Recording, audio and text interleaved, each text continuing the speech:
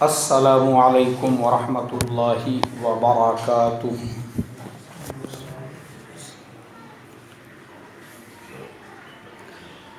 الحمد للہ نحمده ونستعینه ونستغفره ونؤمن به ونتوکل علیہ ونعوذ باللہ من شرور انفسنا ومن سیئات اعمالنا من يهده الله فلا مضل له ومن يضلله فلا هادي له ونشهد أن لا إله إلا الله وحده لا شريك له ونشهد أن سيدنا ومولانا محمدا عبده ورسوله الذي أرسل بالحق بشيرا ونذيرا أما بعد فقد قال الله تبارك وتعالى أعوذ بالله من الشيطان الرجيم بسم الله الرحمن الرحيم ولله على الناس حج البيت من استطاع إليه سبيلا صدق اللہ العظیم۔ محترم بھائیوں، بزرگوں اور دوستوں، ابھی دیکھو حج کو جانے کا سلسلہ چل رہا ہے، حاجی لوگ حج کے لیے جا رہے ہیں، تو بہت سارے لوگوں کی طرف سے یہ مسئلہ میرے سے پوچھا گیا کہ بھائی مولانا صاحب، یہ حج کو جانے سے پہلے جس کا جو حق ہے اس کو کیسے ادا کرنا چاہیے؟ اصل میں میرے محترم دوستو، یہ جو سوال ہے اس کا جواب یہ ہے کہ صرف حج کو جانے سے پہلے نہیں، بلکہ ہماری جو نارمل لائف ہے، روزانہ کی زندگی ہے، اس میں بھی انسان نے اس بات کا خیال رکھنا چاہیے کہ میرے اوپر کسی کا کوئی حق تو نہیں باقی ہے۔ ہر ایک کے حقوق، دیکھو حقوق جو ہے نا، حقوق یہ دو ٹائپ کے ہیں، ایک ہے حقوق اللہ اور دوسرے ہے حقوق العباد۔ حقوق اللہ تو وہ ہے جو اللہ کا حق ہے، جیسے اللہ کی ذات پر ایمان لانا، اللہ کے حکموں پر چلنا، اور روزانہ 5 وقت کی نمازوں کا اہتمام کرنا، رمضان المبارک کے روزے رکھنا، حج فرض اگر ہو چکا ہے حج ادا کرنا، اور اگر آپ صاحب نصاب ہے تو سال میں پابندی سے اپنے مال کی زکوٰۃ ادا کرنا۔ کس کا حق ہے بھائی؟ یہ بولو، یہ اللہ کا حق ہے، اس کو حقوق اللہ کہتے ہیں۔ اور حقوق العباد جو ہے وہ بندوں کے حق ہے، جیسے اولاد ہے، ان کے ذمہ ماں باپ کا کیا حق ہے؟ ماں باپ کی فرما برداری کرنا، ماں باپ کی خدمت کرنا، ماں باپ کو اف تک ان کی زبان پہ نہیں آنے کا موقع دینا۔ شوہر ہے، اس کے اوپر بیوی کا کیا حق ہے کہ بیوی کے رہنے کا گھر، بیوی کا کھانا پینا اور بیوی کا جو خرچ ہے اور کپڑا لتا ہے وہ پورا کرنا، اس کو مارنا نہیں، اس کو گالی گلوچ نہیں کرنا، اس کو برا بھلا نہیں بولنا، یہ حق ہے شوہر کے اوپر اس کے بیوی کا۔ اور بیوی کے ذمہ شوہر کا کیا حق ہے؟ بیوی کے ذمہ شوہر کا حق یہ ہے شوہر کی فرما برداری کرنا، اس کی اطاعت کرنا، اور جب وہ کہیں سفر پر ہو تو اپنے عصمت اور عفت کی حفاظت کرنا، یہ شوہر کا حق ہے۔ یہ اولاد کا ماں باپ کا کیا حق ہے؟ یعنی ماں باپ کے ذمہ اولاد کا حق یہ ہے، اولاد کو پیدا کیے تو ان کی صحیح تعلیم کرنا، تربیت کرنا، ان کو ان کے پیروں پہ کھڑا کرنا، ان کو دین کا علم سکھانا، ان کا اچھا نام رکھنا، یہ اولاد کا حق ہے۔ ایسے ہی اب دیگر جو رشتہ دار ہیں، بھائی کا بھائی کے اوپر حق ہے کہ بھائی کا اگر کوئی حق میراث میں باقی ہے اس کو ادا کر دینا، بہنوں کا کوئی حق ہے تو اس کو ادا کر دینا۔ پھر پڑوسیوں کا حق ہے کہ ہماری وجہ سے اپنے پڑوسی کو کسی قسم کی کوئی تکلیف نہ پہنچے، یہ پڑوسیوں کا حق ہے۔ پھر اور جو دوسرے رشتہ دار ہے، خالہ ہے، پھوپھی ہے، ماموں ہے، چچا ہے، ان کے حقوق ہے۔ پھر دوستوں کے حقوق ہے، پھر ماں باپ کے جو دوست ہیں ان کے حقوق ہے۔ یہ سارے جو حقوق ہیں، ان حقوق کو کیا کہتے ہیں بھائی؟ حقوق العباد کہتے ہیں۔ اور ہمارے دین کی جو مسائل کی کتابیں ہیں، بڑی بڑی کتابیں ہیں، ہدایہ ہے وغیرہ وغیرہ ہے، ان میں اگر آپ دیکھیں گے نا تو آپ کو حقوق اللہ، جو اللہ کے حق ہے، وہ بہت مختصر ملیں گے، بہت کم ملیں گے۔ جیسے ہدایہ کی 4 جلدیں ہیں تو ایک میں اللہ کے حقوق اور باقی 3 جلدوں میں کس کے حقوق؟ بندوں کے حقوق، بندوں کا کیا کیا حق ہے۔ تو اللہ سے بھی بڑا حق کس کا ہے بھائی؟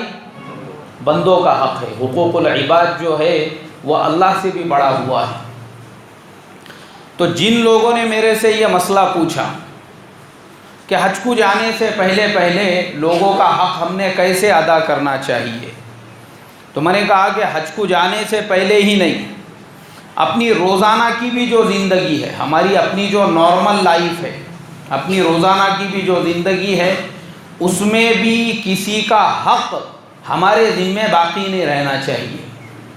کیا نہیں ہونا چاہیے بھائی؟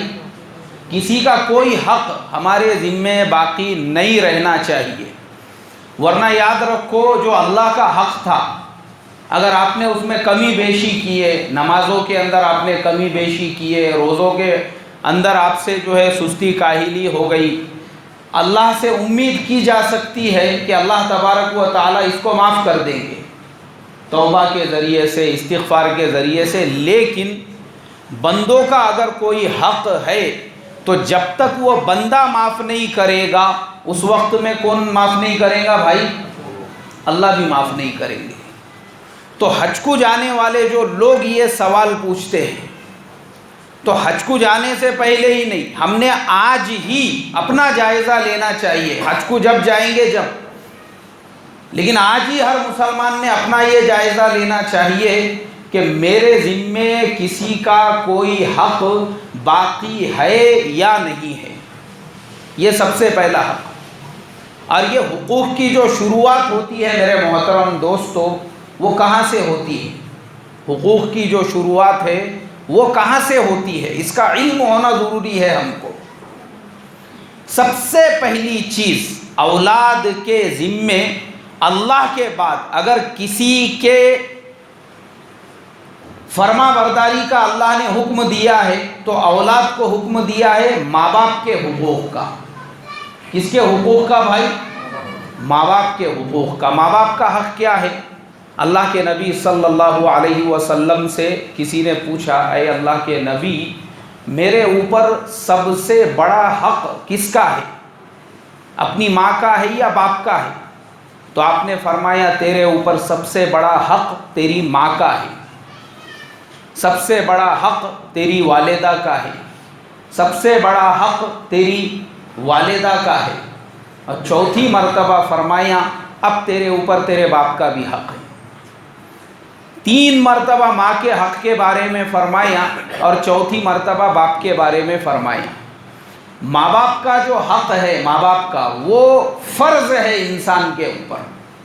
اور ماں باپ کا حق کیا ہے؟ اب آپ اس پر سے اندازہ لگاؤ کہ قرآن میں فرمایا وَلَا تَقُلْ لَهُمَا اُفْ وَلَا تَنْهَرْهُمَا، ان کے سامنے اف بھی مت کہو۔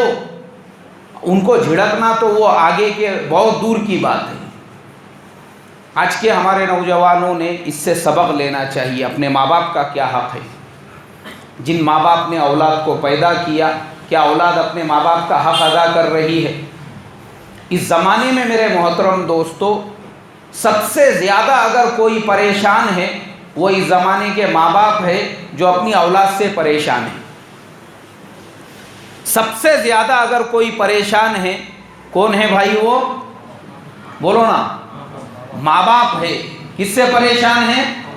اولاد سے پریشان ہے۔ اور چونکہ لوگوں سے میں ملتے رہتا ہوں، بہت سارے لوگوں سے ملاقات ہوتی ہے، وہ خود بولتے ہیں، بولے مولانا مجھے اپنے دشمنوں نے اتنا نہیں ستائے ہوں گے پوری زندگی میں۔ دشمن جو رہتے نا، دشمنوں نے مجھے اتنا نہیں ستائے ہوں گے جتنا مجھے میری اولاد ستا رہی ہے، اور دشمنوں کے ستانے کا اتنا افسوس بھی نہیں ہوتا تھا، کیونکہ دشمن ہے وہ، اس کا کام ہی ہے ستانے کا، مگر اس میں مجھے ڈبل تکلیف ہو رہی ہے، ایک تو ستانے کی، اور دوسری تکلیف یہ ہو رہی ہے کہ کون ستا رہا ہے؟ اولادی ستا رہی ہے۔ آج میرے محترم بزرگوں دوستو، ہمارے زمانے کا عام معمول بن چکا ہے، ماں باپ روٹیوں کے محتاج ہے۔ کائے کے محتاج ہیں؟ روٹیوں کے محتاج ہو چکے ہیں ماں باپ، اور کسی کو بول نہیں سکتے۔ وجہ یہ ہے، یہ آج کے ہمارے زمانے کے اولاد کے نافرمانی کی وجہ سے۔ ہمارے زمانے کی جو اولادیں ہیں، ماں باپ ان کو اتنی تکلیفوں کے ساتھ میں پالتے ہیں، پوستے ہیں، بڑا کرتے ہیں، کیسی کیسی تکلیفیں ان کے لیے برداشت کرتے ہیں۔ ماں اپنی اولاد کو 9 مہینے تک اپنے پیٹ میں برداشت کرتی ہے۔ کتنے دنوں تک بھائی؟ 9 مہینوں تک۔ آپ سوچو، 9 مہینے تک اپنے پیٹ کے اندر ایک وزن کو برداشت کرنا، کوئی برداشت کر سکتا ہے کیا؟ ابھی ہم میں سے بہت سارے لوگ جاب کرتے ہیں، کام کرتے ہیں، سفر کرتے ہیں، ہماری پیٹھ کے اوپر ایک 2-4 کلو کا جو بیگ ہوتا ہے، کتنے گھنٹے ہم اس کو برداشت کرتے ہیں؟ گھنٹہ 2 گھنٹے، پھر اس کو نکالتے ہیں، بازو کو رکھتے ہیں۔ کیوں؟ تکلیف ہو رہی ہے اس کو پرماننٹ پیٹھ کے اوپر رکھنے کی وجہ سے، اس کی جگہ چینج کرتے ہیں۔ کیوں؟ ارے وزندار بیگ ہے وہ، ہم چند گھنٹے ایک لیپ ٹاپ کا بیگ اپنی پیٹھ کے اوپر برداشت نہیں کر سکتے، تو وہ ماں کے درد کا اندازہ لگا سکتے ہیں جس نے اولاد کو کتنے مہینے برداشت کیا بھائی؟ 9 مہینوں تک۔ اور صرف اتنا ہی نہیں ہے، ابھی اولاد پیدا ہو گئی، پیدا ہونے کے بعد میں بھی ماں باپ کی تکلیف ختم نہیں ہوئی۔ ماں بارش کے اندر، ابھی کل کی ہی بات ہے، کوئی تو بھی میرے پاس میں دعا پھکانے کے لیے آئے تھے، بچی کا بخار کم نہیں ہو رہا ہے، تو میں نے بولا بھائی اس کی والدہ کو یہ جام، آم اور کیلے وغیرہ کھانے کو مت بولو بول کے، یہ ماں کا کام ہے، اس نے پرہیز کرنا۔ تو اس کے والد صاحب نے کہا نہیں بولے مولانا، وہ تو تقریباً جو ہے یعنی 1-2 مہینے ہو گئے تب سے ہی چھوڑ دیے۔ یعنی آپ اندازہ لگاؤ، اولاد کو دودھ پلانا ہے تو وہ ماں، میری اولاد کے اوپر اس کا سائیڈ ایفیکٹ نہ پڑے، وہ اپنی خواہشات کو، اس کی اپنی تمناؤں کو کچل رہی ہے۔ اس کا دل کہہ رہا ہے کہ بھائی میں امرود کھاؤں، لیکن وہ بیچاری نہیں کھا رہی ہے۔ کس کے واسطے؟ اولاد کے لیے۔ کیوں؟ اولاد کے اوپر اس کا اثر پڑے گا۔ کیلا کھانا چاہ رہی ہے لیکن نہیں کھا سکتی ہے، کیوں؟ اگر میں کیلا کھاؤں گی اس کا ایفیکٹ کس کے اوپر پڑے گا؟ اولاد کے اوپر۔ اس کا دل بول رہا ہے اچار کھانے کے لیے، اس کا دل بول رہا ہے آم کھانے کے لیے، اس کا دل بول رہا ہے تربوز کھانے کے لیے، لیکن صرف اس لیے نہیں کھا رہی ہے کیونکہ یہ سارے ٹھنڈے پھل ہیں۔ اس کا ایفیکٹ کس کے اوپر پڑے گا؟ اولاد کے اوپر۔ یہ قربانیاں ہیں ماں کی، اور خالی اتنی ہی قربانی نہیں ہے، اس کے بعد وہ بیچاری ماں، بچہ جب چلنے لگ جاتا ہے تو اس کا کھانا الگ سے بن رہا ہے، اور ماں اس کو روزانہ جو ہے اسکول لے کر جا رہی ہے، لے کے آ رہی ہے۔ کب تک؟ جب تک کہ وہ بچہ بالغ نہیں ہو جاتا۔ یہ ڈیوٹی ہے ماں کی۔ اور باپ کیا کرتا ہے؟ وہی اولاد کے لیے اپنی آرزوؤں کو، اپنی خواہشات کو، اپنی تمناؤں کو، کہ بھائی میں نے اگر سستے کی چپل خریدا تو بھی چل جائے گا، سستے کے کپڑے خریدا تو بھی چل جائیں گا، لیکن اولاد نے کیسے کپڑے پہننا چاہیے؟ اچھے سے اچھے پہننا چاہیے۔ ان کے اسکول شوز کی بھی ان کو کمی نہیں، مطلب ایسی تکلیفیں ماں باپ برداشت کرتے ہیں، اور باپ اپنے زندگی بھر کی جو پونجی ہے وہ پوری پونجی اپنے بیٹے کے ایجوکیشن پہ لگا کر اس بیٹے کو یا تو انجینئر بناتا ہے، یا تو ڈاکٹر بناتا ہے، یا تو پروفیسر بناتا ہے، ہائر ایجوکیٹڈ بناتا ہے۔ اور افسوس کی بات کہ جس اولاد کو انہوں نے اپنے پیروں پہ کھڑا کرنے کے لیے خود کو قربان کر دیا تھا، شادی ہونے کے بعد میں وہی اولاد کی جو بیویاں ہوتی ہے وہ بولتی ہے بھائی یہ پرانا لگیج اپنے گھر میں نہیں چلنے والا ہے، کیا ہاں یہ اسکرائب جو ہے نا، یہ بھنگار، اس کو کہیں اور رکھو لی جا کے، اپنے گھر میں چلیں گا کیا؟ یہ نہیں چلیں گا۔ کیوں بھائی؟ یہ ڈیجیٹل زمانے کی اولاد ہے، ڈیجیٹل زمانے کی بہویں ہیں، یہ بیچاریوں کو آج کے پرانے زمانے کے جو ماں باپ ہیں وہ پسند آ رہے ہیں کیا؟ پسند نہیں آ رہے ہیں۔ اس کے لیے آج کے زمانے میں ماں باپ پریشان ہیں۔ ایک صاحب نے مجھے ایک جگہ سے مسئلہ پوچھا، انہوں نے کہا کہ مولانا میرے 6 بیٹے ہیں اور 4 میری بیٹیاں ہیں، اور میرا اپنا مکان ہے جس کی قیمت کچھ 65-70 لاکھ روپئے ہے۔ بیٹوں کو میں نے ان کے پیروں پہ کھڑا کر دیا، ایک بیٹے کو 4-5 لاکھ روپئے کی ایک دکان ڈال کے دے دیا، دوسرے کو دیا، کچھ بچے جاب کرتے ہیں، نوکری کرتے ہیں۔ مسئلہ ایسا ہے جو بچے کاروبار کرتے ہیں، انہوں نے سال 2 سال میں جو ہے جو پیسہ لگا کے میں نے کاروبار پہ کھڑا کیا تھا، انہوں نے وہ پورے کاروبار کو جو ہے ستیہ ناش کر دیے، مارکیٹ میں سب کے قرضے کر دیے وہی کاروبار کے اوپر۔ اب قرض مانگنے والے جو ہے وہ بار بار مجھے پریشان کر رہے ہیں، بھائی تمہارے بیٹوں نے اتنا قرض کیا ہوا ہے، ادا کرو۔ بولے میں پریشان ہو گیا ہوں، بیٹوں کو دھندوں سے لگانے کے لیے، کاروبار سے لگانے کے لیے کئی مرتبہ میں نے پیسہ دیا، اب دوسرے جو میرے بیٹے ہیں وہ یہ کہتے ہیں کہ بھائی تم ایک کام کرو، ابھی جو تمہارا رہتا مکان ہے نا اس کی قیمت نکالو، کسٹمر بھی تیار ہو گیا، 65-70 لاکھ میں وہ بک جائیں گا، تو سب کو ان کے حصے بانٹ کے دے دو نا۔ یہ کیا لگا ہے؟ بولے تم نے اس کو دے رہے، اس کو دے رہے، ہم کو نہیں دے رہے، یہ بیچ دو بولے اس کو، اور بیچ کے کیا کر دو سب کے، ارے بھائی بولو نا، حصے بانٹ کے دے دو۔ تو وہ چاچا نے میرے سے مسئلہ پوچھے، میں نے ان کو جواب دیا، میں نے کہا مجھے سب سے پہلے تو افسوس اس بات کا ہے کہ تم نے کٹھالیا بیل کے جیسے 6 بیٹے پیدا کرے، سالوں کو کھلا کھلا کے مستی میں آ کے ایسے بیلوں کے جیسے بن گئے 6 کیا 6۔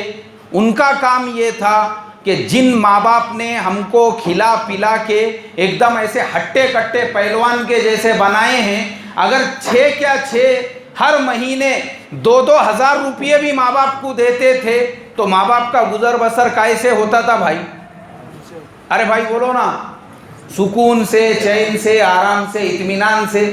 بے شرموں کو رتی برابر کی شرم اور حیا نہیں ہے کہ جن ماں باپ نے ان کو پیدا کیے، ان کے پیروں پہ کھڑا کیے، ان کو جوان کیے، شادیاں کر کے دیے، دھندے کاروبار سے لگا کر دیے، بے شرموں کا کام یہ تھا کہ ماں باپ کو پالتے، تو بجائے ماں باپ کو پالنے کے یہ الٹا ماں باپ کو کیا دے رہے ہیں؟ ٹینشن دے رہے ہیں۔ اور ماں باپ کے پاس میں ابا وہ نوکری کے جو بینک میں تمہارے پیسے پڑے ہوئے ہیں، اب قبر میں تو لے کے جانے والے نہیں ہیں تم، پھر تو دے دو نا میرے کو دکان ڈال کے، پھر پوتروں کی دعا لگیں گی تم کو۔ تو ایک بیٹے کو دے دیے، دوسرے بیٹے کو۔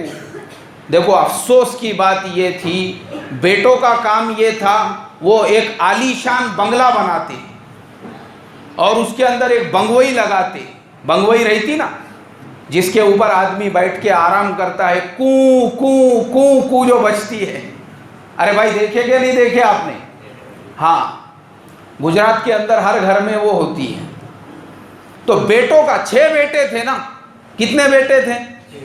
6 بیٹوں کا کام تھا ایسا گھر بنا کے اپنے باپ کو وہ بستر کے اوپر بٹھاتے اور باپ کی خدمت کرتے.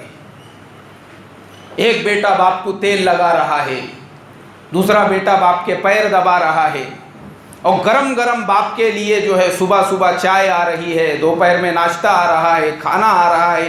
یعنی باپ کو کسی قسم کی تکلیف نہیں ہونا چاہیے تھی. خون کے آنسو رونے کی بات ہے. وہ بیچارے باپ نے 6 بیٹوں کو پیدا کیا، جوان کیا، دھندے کاروبار سے لگایا. اب اس کو آرام دلانا بیٹوں کا کام تھا. جو عمر میں، وہ عمر میں بھی بیٹے وہ باپ کو ایسا سدوڑ کے جیسا نوچنے میں لگے ہوئے ہیں. کیا کرنے میں لگے ہوئے ہیں بھائی؟ آرام سے مرنے بھی نہیں دے رہے بیچارے کو. جو تمہارا رہتا گھر ہے وہ بھی بیچ کے کیا کر دو، ہمارے کو حصے دے دو بولے. تو میں نے وہ والد صاحب کو سمجھایا. میں نے کہا حضرت، اسلام کے اندر بیٹوں کا حق اور بیٹیوں کا حق اور میراث کا جو حق ہے وہ انسان کے مرنے کے بعد طے ہوتا ہے. کب طے ہوتا ہے بھائی؟ مرنے کے بعد. ابھی آپ مر گئے؟ نہیں مرے، ابھی آپ تو زندہ ہے. تو آپ کی زندگی میں 1 روپیہ بھی آپ نے ان کو نہیں دینا چاہیے. 1 روپیہ بھی. پہلی بات تو یہ ہے، ان کو پہلے تو حق نہیں ہے باپ سے کیا مانگنے کا؟ میراث مانگنے کا. بے شرم ہے یہ. ان کو 1 پیسے کی بھی شرم نہیں ہے کہ جو باپ کا رہتا مکان ہے یہ اس کو بھی کیا کرنا چاہتے ہیں؟ بیچنا. واہ، یہ ہے ہمارے زمانے کی اولاد. اللہ حفاظت فرمائے. وہ بیچارے باپ نے جو کچھ تھا وہ تو سب لگا کے ان کو اپنے پیروں پہ کھڑا کر دیا. اب وہ سب گیا ایک طرف. اب جو گھر باپ کے رہنے کا ہے یہ اولاد چاہتی ہے کہ باپ اس کو بھی بیچ دے اور وہ پیسے، اور انہوں نے حساب بھی لگا دیے اس کا. بولے 70 لاکھ روپے تک وہ بک جائے گا، اس کو بیچو اور بیچ کے بیٹوں میں کیا کر دو، وہ پیسے تقسیم کر دو. اللہ میری تمہاری حفاظت فرمائے. آج جو ہے میرے محترم بزرگوں دوستو، یہ ہے ہمارے زمانے کی اولادیں. اور فضائل صدقات میں وہ حدیث لکھی ہوئی ہے. اللہ کے نبی صلی اللہ علیہ وسلم نے فرمایا، جو آدمی ماں باپ کی خدمت کرتا ہے اللہ تبارک و تعالیٰ اس کو 2 انعام دیتے ہیں. کتنے انعام دیتے ہیں بھائی؟ ایک تو اس کی عمر میں بڑھوتری کرتے ہیں اور دوسرے اس کے روزی میں بڑھوتری کرتے ہیں. اور جو ماں باپ کو ایسا تکلیف پہنچاتے ہیں کہ جو ماں باپ اپنا کام تھا ماں باپ کی خدمت کرنے کا، وہ عمر میں بھی ماں باپ کے اوپر پریشر ڈالتے ہیں کہ ہم کو دکان ڈال کے دو، ہم کو دھندے پہ کھڑے کر کے دو. ماں باپ بیچارے اپنا بیچ بچا کے ان کو 2 3 دھندوں سے لگا رہے، کاروبار سنبھالنا نہیں ہو رہا ان سے. ایسے جو ماں باپ کو تکلیف دینے والے ہیں، اللہ تبارک و تعالیٰ کی طرف سے 2 عذاب دنیا میں ہی ان کے اوپر آتے ہیں. پہلا عذاب تو یہ ہوتا ہے ایسوں کی زندگی کم ہو جاتی ہے. کیا ہو جاتی ہے بھائی؟ اللہ زندگی کی برکت کو ختم کر دیتا ہے. اور دوسرے، اللہ روزی کی برکت کو اٹھا لیتا ہے. یہ جو پریشان ہے، پریشان، دھندے نہیں چل رہے، بار بار قرض بازاری ہو رہی ہے، اس کا ریزن، اس کی وجہ یہی ہے کہ کس کا دل دکھائے؟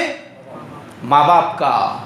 اگر ماں باپ کے ساتھ میں اخلاق کا معاملہ کرتے، کردار کا معاملہ کرتے، ماں باپ کی خدمت کرتے تھے تو یہ چیزیں ہوتی تھی کیا بھائی؟ نہیں ہوتی تھی.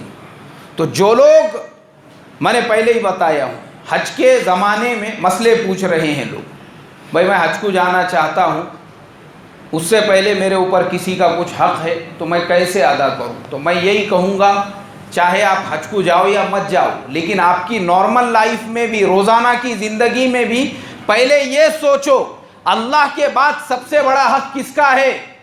ماں باپ کا ہے. کہیں میرے ذمے میرے ماں باپ کا تو کوئی حق باقی نہیں رہا.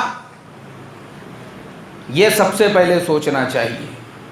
سب سے پہلے کیا سوچنا چاہیے بھائی؟ یہ سوچنا چاہیے میرے ماں باپ کا حق تو میرے ذمے باقی نہیں رہا. اور قرآن میں کیا کہا کہ ماں باپ بڑھاپے کی وجہ سے، قرآن میں کیا کہا؟ افیوں ولا تنہرہما، ان کو اف بھی مت کہو، ولا تقل لہما اف ولا تنہرہما، ان کو جھڑکو بھی مت. وجہ یہ ہے بڑھاپے کی حالت میں اکثر ایسا ہوتا ہے کہ بوڑھے لوگوں کا مزاج جو ہے وہ ذرا چڑچڑا ہو جاتا ہے. کیسا ہو جاتا ہے بھائی؟ چڑچڑا مزاج ہو جاتا ہے بوڑھے لوگوں کا. اس کو برداشت کرو. کیا کریں گے؟ اس کو برداشت کرنا ضروری ہے. آج جو ہمارے زمانے کی اولادوں کو ماں باپ سے یہ شکایت ہوتی ہے، باپ سے شکایت ہوتی ہے، بولے یار ہمارے ابا کا دماغ بہت گرم ہے، حضرت ذرا سی بات پہ چڑ کرتے. ارے بابا میں بولا تیرے ہی ابا نہیں کرتے، سب کے ابا ایسی کرتے ہیں. سب اکثر بڑھاپے، کیونکہ یہ مسئلہ ہے بڑھاپے کا. کائے کا مسئلہ ہے یہ؟ حضرت تھانوی رحمۃ اللہ علیہ نے ایک واقعہ لکھے. ایک بزرگ آدمی وہ ایک حکیم صاحب کے پاس میں گئے. بولے حکیم صاحب میں تھوڑا سا پریشان ہوں، پہلے میں آرام سے چلتا تھا، پھرتا تھا، ادھر ادھر دوڑتا تھا، گھٹنوں میں بہت درد ہو رہا ہے بولے میرے. حکیم صاحب نے بولے دیکھو بزرگ آپ کو دوا وغیرہ دے کے کچھ فائدہ نہیں ہے، کیونکہ اب عمر ہو گئی آپ کی، بڑھاپے کی وجہ سے جو ہے گھٹنوں میں درد ہو رہا ہے. نہیں خالی گھٹنوں کا اگر مسئلہ رہتا تو بات الگ تھی. بولے ابھی کیا ہو رہا ہے؟ بولے مجھے میں تھوڑا سا سیڑھی کے اوپر وہ چڑھا نا تو دم بھی لگ رہا ہے مجھے. حکیم صاحب نے بولے کیسا ہے؟ یہ بھی بڑھاپے کی وجہ سے ہی ہے. بولے نہیں بولے اتنا بھی اگر مسئلہ رہتا تو بات اور تھی. ابھی کیا ہو رہا مجھے ایسا، میں سمجھو تھوڑا بیٹھا اور بیٹھ کے کھڑے رہا نا تو ایک دم سے اندھیری آ رہی ہے آنکھوں کے سامنے، چکر آ رہے ہیں مجھے. حکیم صاحب نے بولے کوئی مسئلہ نہیں ہے، یہ بھی بڑھاپے کی وجہ سے ہی ہو رہا ہے. بولے انہوں نے بولے ایسا نہیں ہے حکیم صاحب، اور بھی ایک مسئلہ ہے، وضو رہا نہیں بولے میرا برابر سے، بار بار وضو ٹوٹ جاتا ہے، اس لیے مجھے وضو بھی کرنا پڑتا ہے، ہوا خارج ہوتے رہتی ہے. حکیم صاحب نے بولے دیکھو یہ بھی بڑھاپے کی وجہ سے ہے. وہ حضرت کو بہت غصہ آیا. انہوں نے بولے تو نے حکمت کی کتاب میں بڑھاپے کے علاوہ کچھ پڑھا کیا رہے؟ بولے اور یہ بول کے انہوں نے کھن بول کے حکیم صاحب کے کان پہ ایک رکھ دی ہے. حکیم صاحب نے بولے میرے کو غصہ نہیں آیا، یہ بھی بڑھاپے کی وجہ سے ہے. بولے کوئی مسئلہ نہیں ہے، میں نے ٹینشن نہیں لیا بولے، کیونکہ یہ بھی بڑھاپے کی وجہ سے ہی ہے. تو اکثر جو ہے نا، اکثر نوجوان جو شکایت کرتے ہیں ہمارے ابا کا مزاج بہت چڑچڑا ہے. ارے بھائی آپ کے ابا کا نہیں، سب کے ابا کا مزاج ایسا ہی ہوتا ہے بڑھاپے کی عمر میں. تو قرآن میں جو خاص طور پہ کہا نا وَلَا تَقُلْ لَهُمَا اُف، ان کے سامنے اف بھی مت کہو، وَلَا تَنْهَرْهُمَا، اور نہ ان کو جھڑکو. وہ اسی لیے کہا کیونکہ بڑھاپے کی حالت میں اگر وہ تمہارے ساتھ میں چڑچڑ کرے، چلا پکار کرے، ان کی باتوں کو کیا کرو بھائی؟ برداشت کرو. کیوں برداشت کرو؟ اللہ کے نبی صلی اللہ علیہ وسلم نے فرمایا کہ تیرے ماں باپ وہ تیرے لیے یا تو جنت ہے اور یا تو جہنم ہے. اب وہ فیصلہ انسان کے اوپر ہے، اس کو فیصلہ کرنا ہے کہ میں اپنے ماں باپ کو خوش کر کے جنت حاصل کرتا ہوں یا ماں باپ کا دل دکھا کے کیا کرتا ہوں بھائی؟ جہنم کا مستحق بنتا ہوں. یہ انسان کو فیصلہ کرنا ہے. تو اس کے لیے حج کو جانے والے جو لوگ بار بار سوال کرتے ہیں کہ بھائی حج کو جانے سے پہلے اپنے ذمہ کسی کا حق ہے، سب سے پہلا حق یہ دیکھو کہ ماں باپ راضی ہے یا ناراض ہے. تو کوشش یہ کرو کہ ماں باپ کا جتنا دل دکھائے تھے، ماں باپ کو تکلیف پہنچائے تھے، تو ماں باپ سے ہم کیا مانگے؟ معافی مانگے. ماں باپ سے معافی طلب کرے اور ماں باپ کو راضی کر کے، ماں باپ کو خوش کر کے. ابھی دیکھو ٹائم ہو گیا، نہیں تو میں آپ کو حضرت علقمہ رضی اللہ تعالیٰ عنہ کا واقعہ سناتا تھا کہ ان کی والدہ ناراض تھی اور وہ تو صحابی تھے، اس کے باوجود ان کا دم نہیں نکل رہا تھا. کیا نہیں نکل رہا تھا؟ جان اٹک گئی ہوئی تھی. اللہ کے نبی نے پوچھا علقمہ کسی کا کوئی حق باقی ہے کیا؟ بولے اے اللہ کے نبی سب کے حق ادا کر دیے، صرف میری ماں مجھ سے ناراض ہے. اللہ کے نبی گئے، ان کی والدہ سے کہا کیا تم چاہتی ہو کہ تمہارے بیٹے کو آگ میں جلایا جائے؟ کہا کہ نہیں میں نہیں چاہتی ہوں. تو فرمایا اس کی ساری غلطیوں کو معاف کر دو، ورنہ اس کو جہنم میں ایسے ہی جلایا جائے گا. جب ان کی والدہ نے ان کی ساری غلطیوں کو معاف کیا اس کے بعد میں ان کے جسم سے روح نکلی۔ اب انشاءاللہ اگلے ہفتے میں یہ بتاؤں گا کہ حج کو جانے سے پہلے یا پھر ہمارے ذمے جو ماں باپ کے علاوہ رشتہ دار ہے، ہمارے پڑوسی ہے، ہمارے دوست احباب ہے، ان کے جو حقوق ہے اس کو ہم کس طریقے سے ادا کریں۔ اللہ مجھے آپ کو عمل کی توفیق عطا فرمائے۔ جن کی سنتیں باقی ہے وہ پڑھ لو بھائی۔